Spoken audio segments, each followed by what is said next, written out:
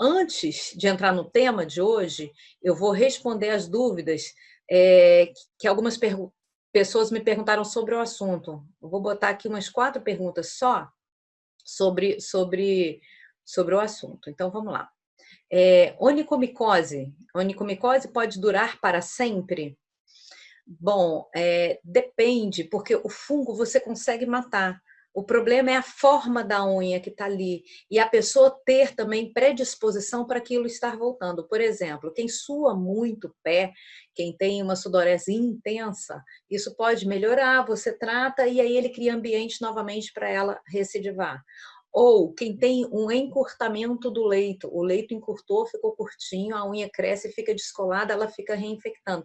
Então, assim, talvez você trate o fungo, mas talvez ela perpetue de tanto retorno que ela tem pelo ambiente, ou seu, da própria pessoa, criando aquele ambiente para que ela volte com sudorese, ou da forma como é que a unha está.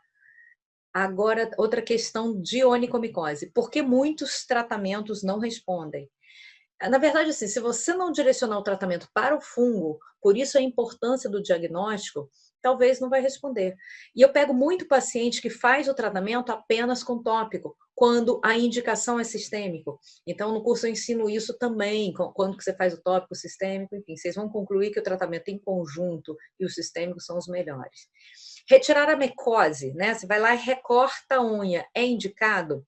É bem indicado, é bem interessante você retirar toda a micose para depois tratar. Você só tem que tomar cuidado, porque se você tirar demais, você pode fazer uma retração do leito e a unha pode começar a querer você vai causar um problema ali. Ou você pode tirar a lateral, a dobra lateral entrar na frente e você vai continuar com a micose e ainda vai fazer uma unha encravada. Mas eu tenho professores que retiram a lateral da unha e ficam acompanhando. Então, assim, desde que você acompanhe o tempo inteiro, não é contraindicado. Isso vai depender da experiência de cada um. E a última pergunta que eu vou responder para a gente entrar na live propriamente dita, para a gente entrar no que eu quero dizer das novidades. Das novidades é o que há em atualização que a gente poderia estar fazendo em onicomicose. Então, a outra pergunta e a última é: quando o exame vem positivo para bactéria, quer dizer que não tem fungo? Não. A bactéria inibe o crescimento do fungo. Então, quando dá bactéria, pode ser que ela esteja tão crescida ali que a gente não viu o fungo crescer, ela não deixou o fungo crescer. Então, o ideal, até que quando clinicamente você observar que ali é uma bactéria, por exemplo, clinicamente eu estou vendo que é uma bactéria, porque está esverdeado, porque tem lá as características de bactéria. Quando clinicamente eu vejo que tem uma bactéria, então, trata a bactéria primeiro e depois eu peço para colher o exame, porque senão vai dar bactéria. E é óbvio, você já está vendo que já está lá, você não vai saber quem é o fungo e não vai direcionar o seu tratamento. E quando vem bactéria, você fala para o paciente: vamos tratar a bactéria e vamos repetir o exame daqui a pouco. Então, eram essas as questões. Então, vamos lá, vou para o conteúdo da live, vou botar aqui como se fosse uma aulinha. Então, slide 1. Deixa eu abrir aqui para mim, que aí vai passando para vocês também. Então, slide 1, onicomicose, últimas atualizações. Então, só para esclarecer, vou passar para o slide 2, onicomicose. Onicomicose, na verdade, é um termo, foi criado onicomicose para designar a micose causada por cândida. E a Tinea unguium foi criada para designar a micose causada por dermatófito. Só que ninguém usa Tinea unguium, todo mundo usa onicomicose e a terminologia ficou para todo mundo. Então, onicomicose é qualquer micose que acometa a unha, ponto. Quer seja dermatófito, quer seja cândida, quer seja fungo filamentoso não dermatófito. Então, ok, esclarecido isso, vamos embora. Na unidade ungueal, ela pode afetar todo mundo. Então, ela pode afetar a placa ungueal, ela pode afetar a matriz. Ela entrando na matriz, seu tratamento passa a ser sistêmico. Ela pode afetar as dobras laterais. Ela pode afetar o leito ungueal. E ela pode andar por aí. Então, ela pode descer para a pele, vir para a região intertriginosa, o próprio fungo daqui vir para cá, vir para a região da planta de pé. Existe uma doença que chama 2 pés e uma mão, quando está cometendo a unha dos 2 pés, mais a planta dos pés, e a pessoa de tanto mexer, mexe com aquela mão. Geralmente 2 pés e uma mão é causada pelo Trichophthum rubrum. Enfim, isso aqui é só para dar uma elucubrada para a gente começar nas novidades. Ela pode provocar um desconforto, alterar a forma da placa, alterar a forma da dobra, alterar a forma do dedo. É uma doença, assim, a coisa mais comum no consultório. Geralmente, quando o paciente do consultório chega para tratar de onicomiose, ele já está tentando tratamento há muito tempo. Ela tem uma prevalência mundial de 5%, mais ou menos. Ela representa 50% de todas as doenças das unhas. Então, ela realmente é muito comum. Ela acomete muito mais adulto do que criança, não quer dizer que criança não tenha, porque é muito comum ter uma micose após um hematoma, e aí cria um espaço, aquele espaço começa a criar ambiente para fungo. Então, assim, uma criança que joga futebol, enfim. Mas o problema maior é no adulto e pior é no idoso. Então, quanto mais ele vai ficando mais velho, você vai ficando mais velho, mais você tem chance de ter micose. Por quê? Baixa imunidade, alteração vascular, alteração articular, e baixa taxa de crescimento da placa ungueal. Como ela cresce lentamente, dá tempo do fungo entrar e acometer. A criança, ela cresce muito rápido, não dá tempo do fungo entrar. A própria velocidade de troca da unha já faz com que o fungo vá embora. Então, e possui uma relação com onde o indivíduo vive. Aqui no Brasil é muito mais comum em mulher futuca muito, tira a pele ao redor da unha, enfim, com os hábitos da pessoa. Eu sou pescador, enfim, boto o pé na água o tempo inteiro e com a idade. Então, vamos lá, vamos falar, slide 3, primeira novidade, atualização que eu vou falar. A primeira atualização, eu quero falar, slide 4, eu quero falar da importância do diagnóstico micológico. Então, mesmo eu tendo uma etiologia correta, fui lá, fiz a cultura, deu, sei lá, exemplo, deu Trichophthum rubrum, eu fiz uma terapêutica adequada para aquilo, até 1/5 dos pacientes não curam, mesmo fazendo tudo certo. Por quê? Diagnóstico incorreto. Assim, cresceu o fungo e não é ele, isso a gente chama de falso positivo. Má identificação do agente patogênico. Então, às vezes eu identifico a cândida e tem alguém ali atrás da cândida, tem algum dermatófito, ou muitas das vezes o mais comum é eu identificar um fungo filamentoso não dermatófito, ele não ser patogênico, ele ser contaminante, e quem está ali embaixo é um dermatófito. Presença de uma segunda infecção, é muito comum você ter 2 fungos, 3 fungos, e aí você trata como um fungo só e não responde. Ou a resistência do fungo. Então, slide 5, aí o padrão ouro de diagnóstico sempre foi exame micológico direto e cultura. Por quê? Deixa eu ver se eu abaixo isso aqui. Por quê? O padrão ouro, opa, peraí, que eu estou aqui no slide 4. Por que o padrão ouro é o exame micológico direto e a cultura? Slide 5, desculpa. Porque ele identifica que tem o corpo fúngico no exame micológico direto e dá o nome do bicho. A cultura identifica qual é a característica do bicho. Então, uma técnica nova que surgiu de atualização, que a gente está falando disso toda hora, é o PCR. Tá? Que é uma técnica de biologia molecular. Então, você estratifica, quantifica, faz o PCR, purifica, sequencia o DNA do fungo de amostras queratinizadas. Ok. Slide 5, slide 6 agora. Tá. Qual que é a importância, né, no slide 5? Qual é a importância? Identificar diferentes espécies com elevada sensibilidade e um tempo médio curto. Porque exame micológico direto e cultura, o tempo de você ter a resposta do fungo crescer, mais ou menos 25 dias. Esse é 5. Slide 6, amostras de unha são lavadas, cortadas. Então, você pega a amostra de unha, lava, corta um monte, centrifuga, bota uma solução tampão, centrifuga. Aí você pega aquela aguinha que sobrou sobrenadante e joga fora. Depois você faz de novo naquela unha que sobrou, joga o tampão, centrifuga. Aí aquele a unha você joga fora e aquela substância líquida, ela é o que serve para você. Então, slide 7. Aí você pega aquele líquido que sobrou, que a gente chama de lisado, e ele é transferido para esse aparelhinho que tem aí, que chama Quick Hygiene. E você coloca com um tubete uma gota em cada janelinha dessa ali. Aí, slide 8. Aí a gente tem aqui no slide 8, são dois pacientes que eu vou demonstrar. À esquerda está escrito marcador. Então, o marcador é quando fica francamente positivo, fica branco demais. E a gente vai ver que no número 20 deu um marcador positivo para Candida albicans. E aí eu vou botar um outro exemplo do aparelhinho, que é o slide 9. Tá lá, o marcador. Aí o marcador deu positivo logo aqui no começo para Cândida, no número 1, para Trichophyton rubrum, no número 8, deu inteiro. Olha o Trichophyton rubrum de novo inteiro no 11. O menta quase que deu, mas não juntou. Então, aquele lá é desconsiderado, porque o rubrum e o menta têm alguma característica semelhante.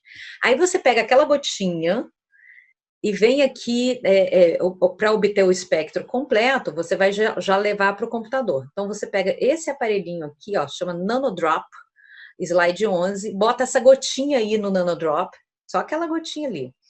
Slide 12, esse é o recado do paciente 1. Para cada nucleotídeo existente, em um pico do gráfico, eu consegui identificar um bicho só. Então, essa é a Cândida, com 99% de confiança. E slide 13, olha quanto pico que tem ali. Então, existe mais de um pico, significando que tem 2 DNAs. Então, são dois bichos diferentes que tem ali. Aí, pelo DNA, eu chego em quem é o bicho. O problema é que, bom, PCR, ok, vamos fazer PCR de todo mundo, já que já estamos fazendo o PCR do coronavírus, por que não fazer o PCR do fungo? O problema é que não tem, a gente não, como fala, a gente não tem PCR. Hoje eu botei minha secretária para ligar para tudo quanto é laboratório. Lá no Canadá já está fazendo, nos Estados Unidos já está fazendo, na Europa já está fazendo. Liga, eles falam assim, mas PCR de unha, da amostra da unha, como eles nem sabem o que é. Então, infelizmente, isso é uma novidade, que não é bem novidade, isso já está acontecendo lá fora, mas para a gente não chega. Tá? Então, vamos passar agora, número 2, né? Slide 14, vamos para o slide 15. Slide 15 é a dermatoscopia onicoscopia. Não é possível, deixa eu só fechar isso aqui, que isso aqui está me enchendo o saco. Peraí. É um negócio do computador que está aparecendo aqui, que eu não consigo tirar, que é um negócio de seguridade. Aí eu desconecto, ele não desconecta. Pronto. Tô aí ainda, tá tudo bem? Tudo jóia? Tá. Então, ele não desconectou. Ok, então dá para eu continuar. Então, estou no slide 15. Dermatoscopia na onicomicose. Olha que legal. Cada vez mais a gente vê a dermatoscopia. A gente descreveu um artigo, se eu não me engano, em 2012. A nossa residente era Gisele Krignes, na época, e a gente estava fazendo um levantamento de mais de 1.000 pacientes em dermatoscopia, a gente separou a onicomicose e ela foi fazer o artigo da onicomicose. E a gente descreveu um aspecto chamado ruína. Então, é quando essa ceratose subungual, ela desce de cima para baixo. E lá ficou 2012. A gente está aqui em 2019 e ainda estão surgindo artigos com o mesmo aspecto mais rebuscado de onicomicose. Então, o que eles veem aqui? Essa aqui, ó, letra A, ali embaixo, a região mais proximal, ela é franjada. A letra B, ele chama de aurora boreal. Olha ali na terceira linha. Ele mimetiza uma aurora boreal. É aquela coisa nuvem, isso é um abscesso fúngico. Por exemplo, quando eu vejo uma aurora boreal, eu não consigo ter um resultado bom com tratamento tópico. Aí vem o letra C. Letra C, aí ele vai falar da coloração da unha, como é que ela está colorindo, como é que ela está fazendo. Enfim, coloração amarelada, coloração esbranquiçada, coloração marrom. E aí ele descreve a letra D, ele escreve com aspecto em ruína. Olha lá o aspecto de ruína lá de 2012 sendo usado aqui até hoje. Mas, enfim, 16, aqui também ele falando da coloração da unha. E o 17, o slide 17, ele chama atenção em algumas características. As descolorações na dermatoscopia, branca, amarela, alaranjada, marrom e preta. A característica de aurora, olha aqui a característica de aurora na onicomicose subungual distal lateral de 33%. Black dots, glóbulos, várias colorações, pitch na onicomicose, existe e é visto, não é frequente, aqui está 8,1%, mas existe, na onicomicose mais frequente. Estilhas hemorrágicas também existe, estrias longitudinais, lembra que o leito é estriado, o fungo entra por baixo, e ele segue o caminho das estrias. Então, estrias subunguais é descrito. Esse aspecto de franja, franjado. A região distal da unha, ela tem a terminação irregular. Então, são descritos hoje várias características dermatoscópicas. Então, usem o dermatoscópio é importante. Para a gente que faz unha, ele é fantástico. Então, não deixem de usar o dermatoscópio, é reportado até hoje. Slide 18, próxima atualização. Slide 19, tá aí. Isso que todo mundo quer saber, o tal do ozônio.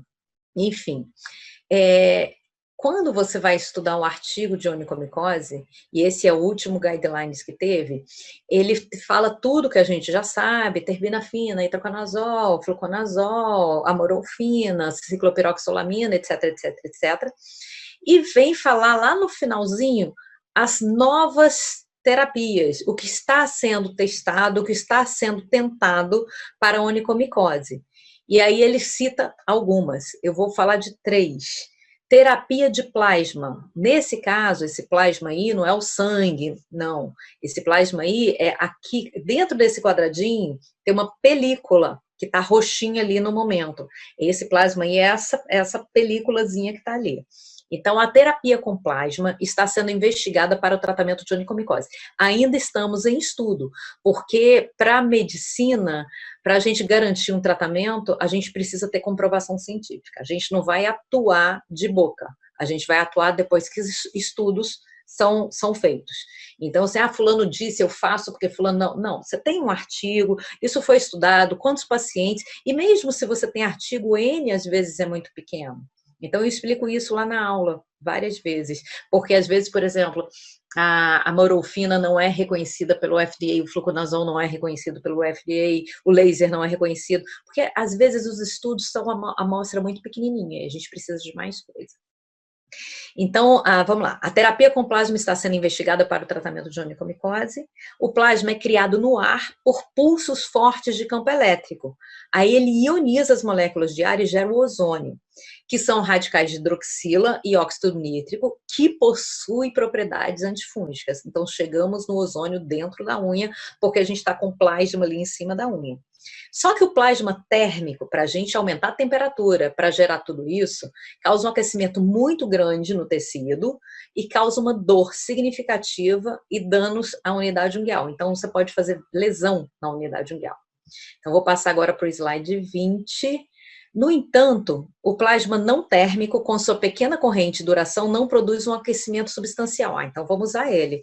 O plasma não térmico é gerado por uma tecnologia de microdescarga, que é isso aí que a gente está vendo, inibe o crescimento inibiu, né? Porque isso é um estudo. O crescimento do Trichophyton rubrum, foi fungicida para o Trichophyton rubrum, então ele inibiu o crescimento e matou, em um modelo in vitro.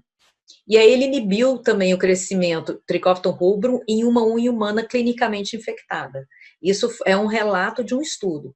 O uso de plasma não térmico foi estudado em um estudo piloto em 19 pacientes, quer dizer, para o mundo da onicomicose é pouco, mas pelo menos a gente está andando para frente nisso. Em 19 pacientes com onicomicose de unha, com uma taxa de cura clínica de 53%. Também não é a maior maravilha, é mais uma ferramenta que está chegando por aí.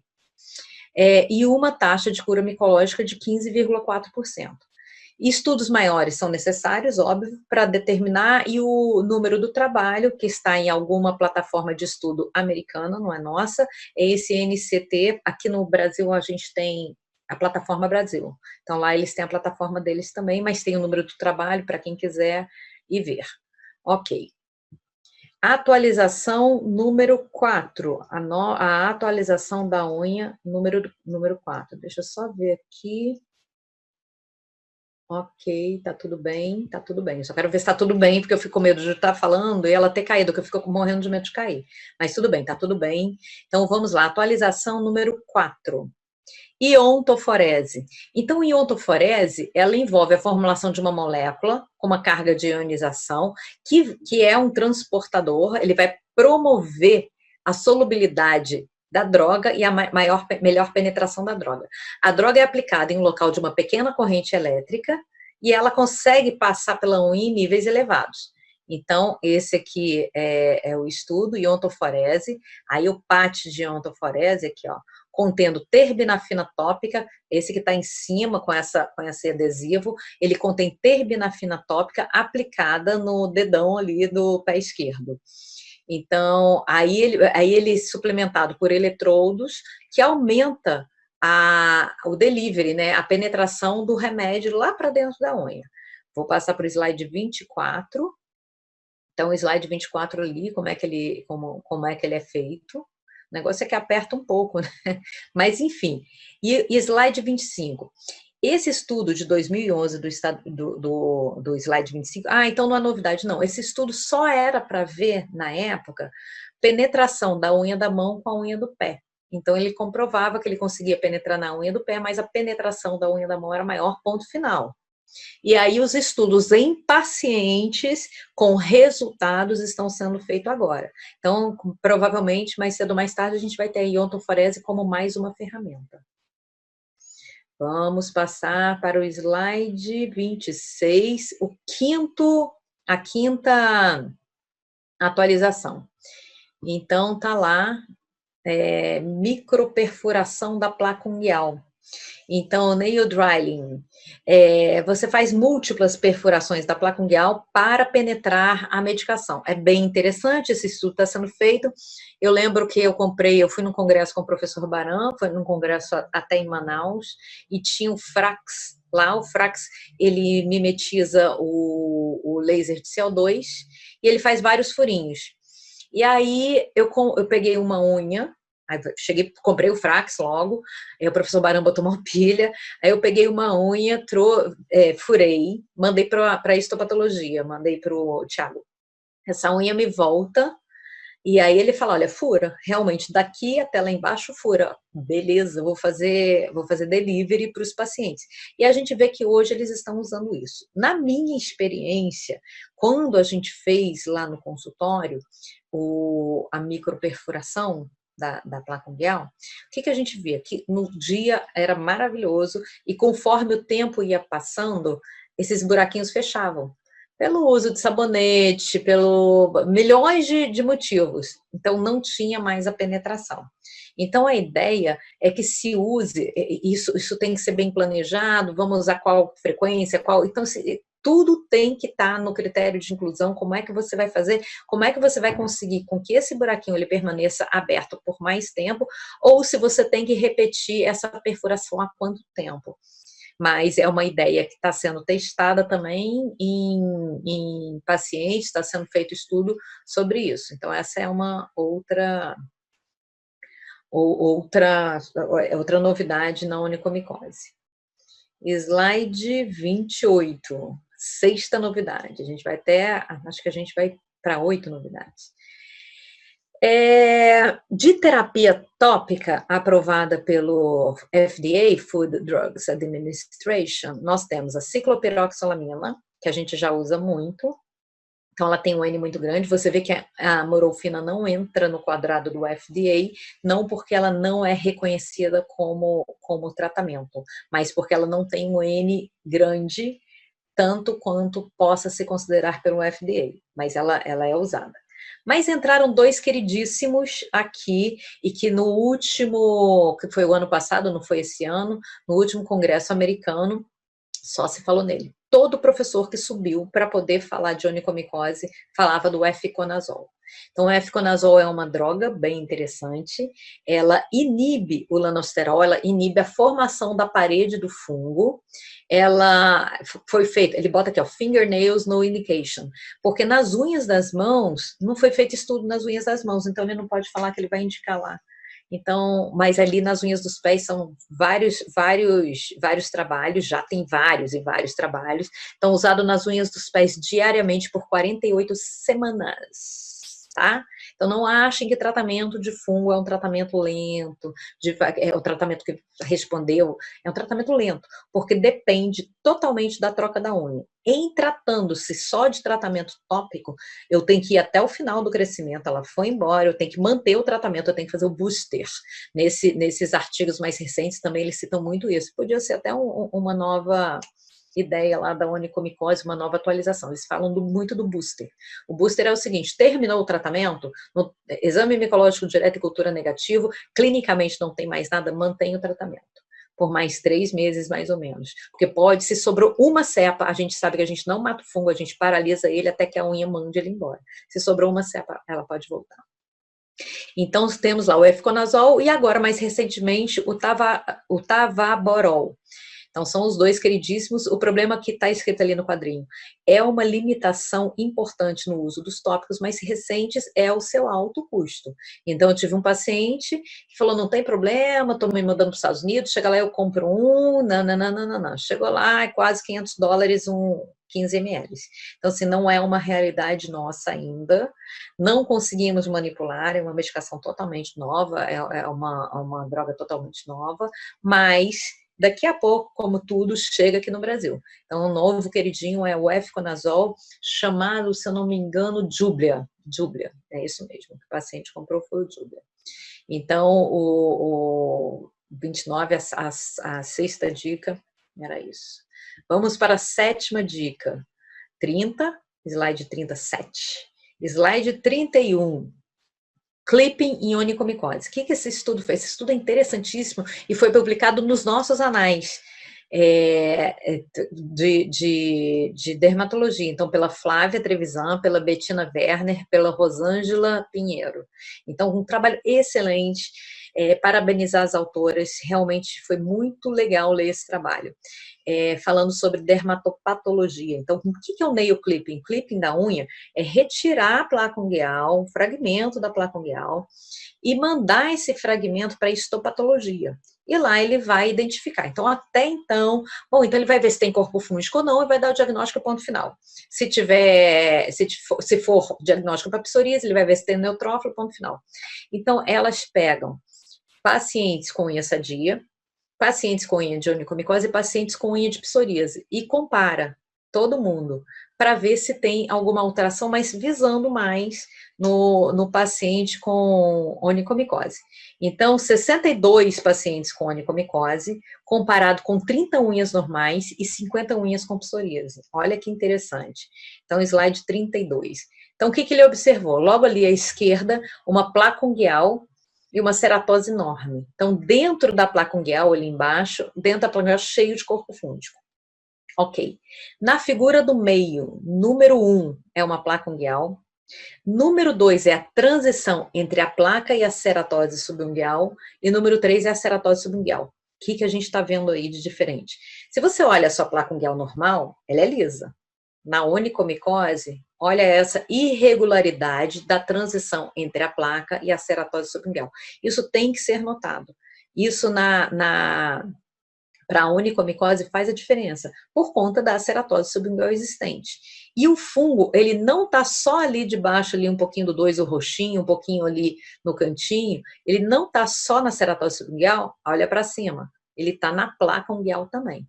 Então, a presença de fungo, essa deveria ser linear, é irregular, essa região é irregular, e o PAS ali, ele cora as lesões fúngicas. Então, assim, excelente observação, essa irregularidade entre a placa ungueal e a ceratose subungueal. E ali à direita, a gente tem isso que está escrito ali, ó, onicocariose. São núcleos basófilos presentes em mais de 50% da largura da lâmina ungueal. Então, isso também é característico da onicomicose. Essas três características. Acho interessantíssimo. Número 33, o meu slide. Então, vamos lá. Conclusão. O diagnóstico da onicomicose vai além do achado do fungo. Então, não é só o achado do fungo. Ela vai além disso. Então, na onicomicose, a espessura da região subungueal, o número das camadas de paraceratose subungueal, Presença de fendas, lagos serosos e neutrófilos foram maiores e com estatísticas significantes. A zona de transição da unha é predominantemente turva e irregular. Então, olha ali à esquerda, critério. Onicocariose, 53% dos pacientes com onicomicose. Compara com a psoríase lá do outro lado, 7%. Esquece as unhas normais. Espessura subungueal, né? 0,54. Na onicomicose, a psoríase também tem, mas é bem mais baixa, 0,19. Lagos serosos, que você acha que só tem na psoríase. Olha na onicomicose, 64%. Lá na psoríase, 46%. Neutrófilo só tem na psoríase, que nada. Tem na onicomicose também. Olha, 40,74. E paraceratose, 10,8 não faz 6 contra 6,9. Presença de bactéria. Encontra-se na onicomicose 32%, mas olha lá na psoríase como é comum, 74%. Então, esse estudo eu achei ele fantástico, parabéns aos atores. A gente não precisa, no clipping, só achar o fungo. Tem várias outras características que levam a gente a pensar em onicomicose. E, às vezes, é muito legal, pelo menos aqui no Rio, o Thiago sempre manda as lâminas de volta. E aí eu vou lá no microscópio, ainda dou uma olhada, é muito legal. Então, número 8, vamos lá, eu acho que a minha última dica é slide 34, número 8, e slide 35, biofilme. O que é o biofilme? Isso é muito interessante. Biofilme é importante papel na resistência ao tratamento. Então, ali em cima, biofilme foi recentemente reconhecido como um importante papel na patogênese da onicomicose.